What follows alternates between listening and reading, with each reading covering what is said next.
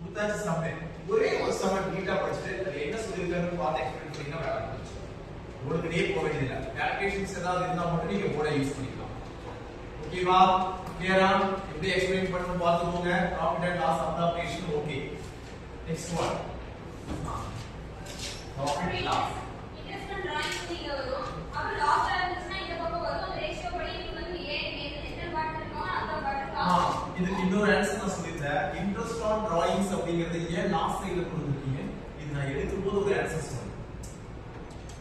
Interest on டிராயிங்ஸ்ங்கிறது வந்து அதாவது interest தான் உங்களுக்கு வருது, பாசிட்டிவ் சைடு தான். நீங்க கேபிட்டல் இன்வெஸ்ட் பண்ணிருக்கீங்க இல்லையா, அதுல உங்களுக்கு இன்ட்ரஸ்ட் வருது, அத தான் அவன் எடுத்துக்கான். அது ஏன் லாஸ்ட் சைடுல காமிச்சிருக்கீங்க? ரொம்ப ஈஸியான क्वेश्चन, ரொம்ப டெப்தா யோசிக்காத, ரிசர்ச் பண்ற அளவுக்கு யோசிக்காத.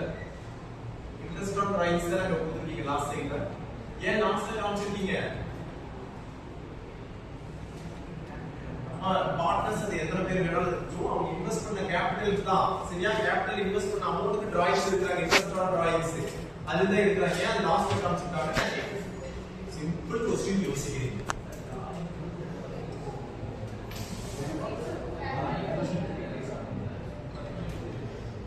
பர்சனல் ஓகே, அது எக்ஸ்சேஞ்சஸ்க்காக எடுக்கறாங்க, அதெல்லாம் ஓகே. என்ன ரீசனால அது லாஸ்ட்ல காமிச்சீங்கன்னு கேக்குறாங்க. டிராயிங்ஸ் நீ எடுக்கும்போதே பாசிட்டாங்க. விஷயம் இருக்கிறது சொல்ல மாட்டேங்குது. 85% எடுத்துக்கிட்டாங்க. கேபிட்டல் ஷேர் ஹோல்டர்ஸ் இன்வெஸ்ட் பண்ணிருக்காங்க. வா, அது வந்து டிராயிங்ஸ் எடுக்கறீங்க. நான் சொல்றேன் என்ன சொல்றேன்னா, எது சொல்றீங்க 10வது நாள் எடுக்கறீங்க. நான் பர்சனல் யூசேஜ்க்காக எடுக்கறேன்னு சொல்றேன். ஓகே. பர்சனல் யூசேஜ்க்காக எடுத்தாலும் பாசிட்டிவ் சைடு அது டிராயிங்ஸ் ஆச்சு. Interest on drawings. டிராயிங்ஸ் மேல இன்ட்ரஸ்ட்.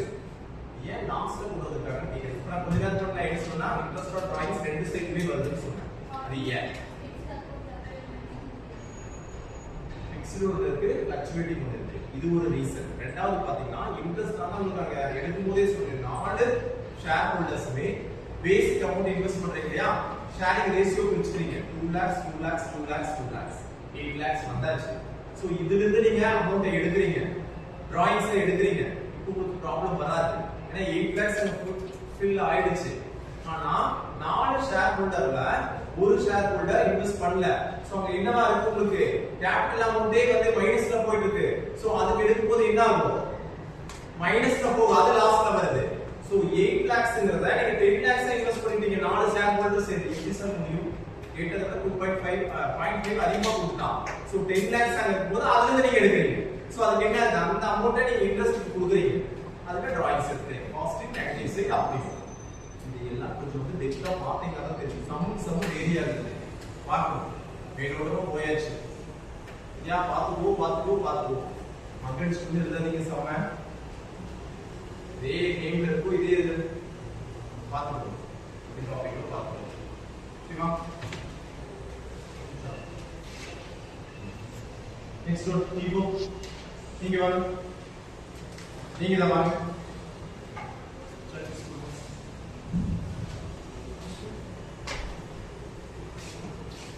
சூப்பர் டாபிக் பாருங்க.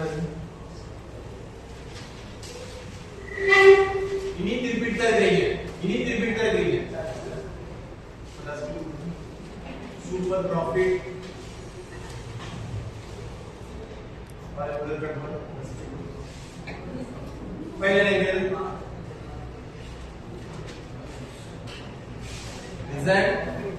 டிசைன்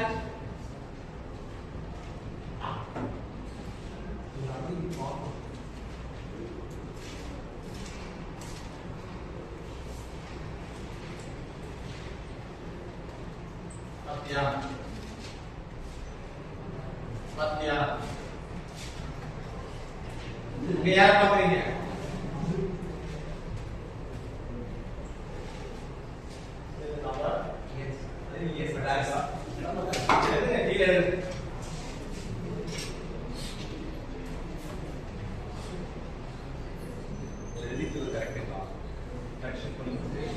வெயிட் பண்ணுங்க சார்.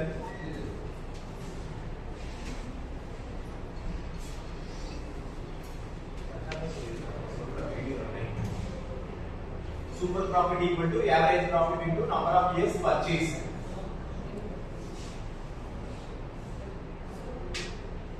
கரெக்டா தப்பா? தப்பு தானே. எதுக்கு எங்க மாத்தணும்ன்றது மட்டும்